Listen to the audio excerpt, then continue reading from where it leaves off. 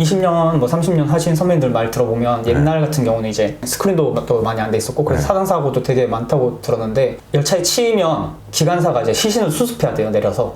직접은요? 네, 왜냐면 현장 보존을 해야 되니까. 네. 그 당시에는 그 기관사밖에 없는 거잖아요. 네. 그래서 이제 만약에 시신이 훼손이 되면 그걸 다 조각조각 모아서 그 현장에 놔둬야 돼요. 옛날 같은 경우는 놔두고 보고를 하고 가는 건데 그것도 포함해서 이제 기관차에 태워서 옛날에는 그렇게 갔다고 하더라고요. 근데 요즘에는 이제 그 자리에서 바로 경찰을 불러야 되죠. 그래서 조서도 받아야 되고. 근데 보면 시체가 기차에 똘똘 말려가지고 이렇게 축구공처럼 된다고 하더라고요. 선배님들 말 들어보면. 사고가 난 거를 눈으로 봤잖아요. 나는 이제 내가 운전을 만약에 하면 그 뒤에는 못하지 않을까요? 그 직업은? 뭐 경우에 따라 다른데 진짜 강심장이신 분들은 뭐 괜찮다 하고 이제 뭐 소주 한 잔 먹으면서 털어내시는 분도 있고 회사에서 위로 휴가를 줘요. 뭐 3일이나 뭐 며칠 정도 주고 진짜 트라우마가 생겨가지고 못할 것 같으면 보직 변경을 하죠. 뭐 차량, 뭐 검수, 뭐 시설 그쪽으로 갈 수도 있는 거고 본사 스텝으로도 갈 수도 있는 거고 그거는 이제 회사에서 잘 해주더라고요.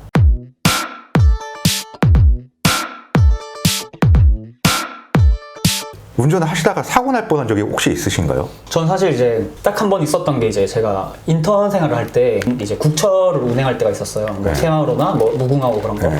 그거는 이제 진짜 야외잖아요. 스크린도 없고 지상이잖아요. 사수분이랑 같이 탈 때였는데 그날따라 이제 좀 비도 좀 어중간하게 오는 거 있잖아요. 좀 이슬비식으로 자고 일어났는데 되게 뭔가 출근하기 싫더라고요. 그냥 차를 타기 싫더라고요. 뭔가 느낌이. 그래서 일단 뭐 이렇게 뭐 쫄래쫄래 가서 이제 뭐 기관사분한테 일단 말했고 꿈자리가 안 좋다거나 뭐 자기가 진짜 타기 싫으면 말을 하거든요. 나 이렇게 해서 차를 못 탈 것 같다. 어떻게 생각하냐 이러고. 왜냐면 안전이 중요하니까. 그쵸.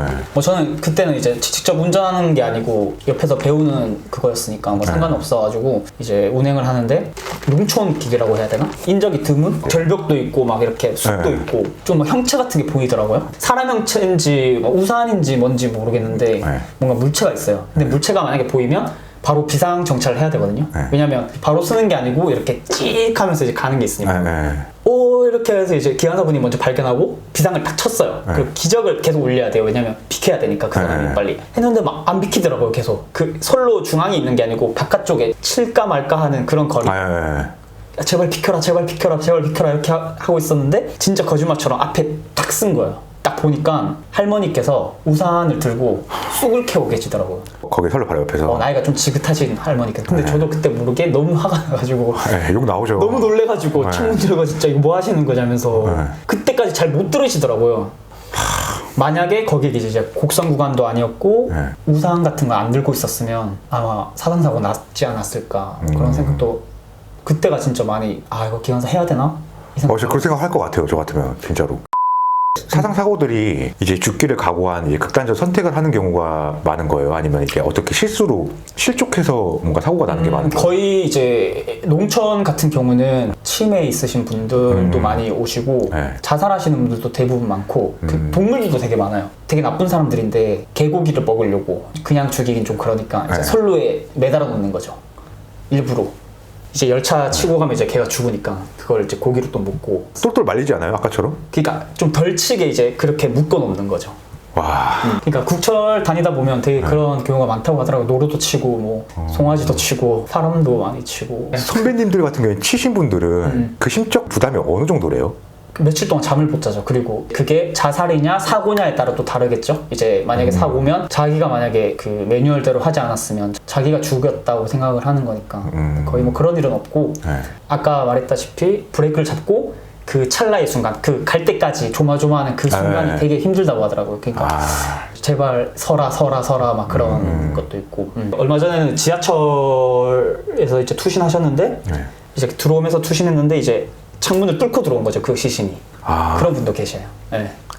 그분은 아직도 하고 계시겠죠? 하고 계신다고 하시더라고요.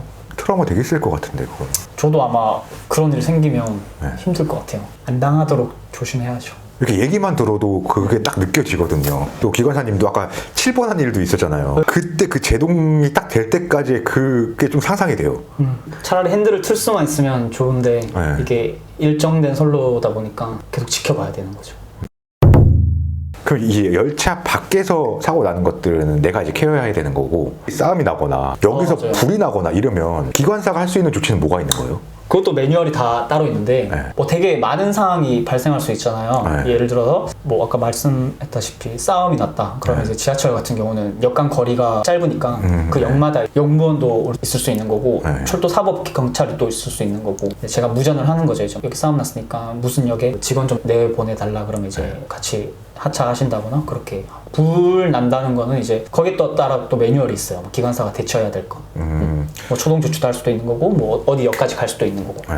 예전에 그런 큰 사고가 났었잖아요. 그 대구 쪽에. 대구, 예. 네. 그때 이제 기관사가 했던 조치가 안에서 기다려달라 이런 게 있어갖고 그 뒤에 막 제가 방송에서 봤던 거는 그런 말을 안 듣기 시작했어요. 그런 초동 조치를 하는 거를 우리가 따르는 게 맞는 건지 어떤 매뉴얼들이 있는지.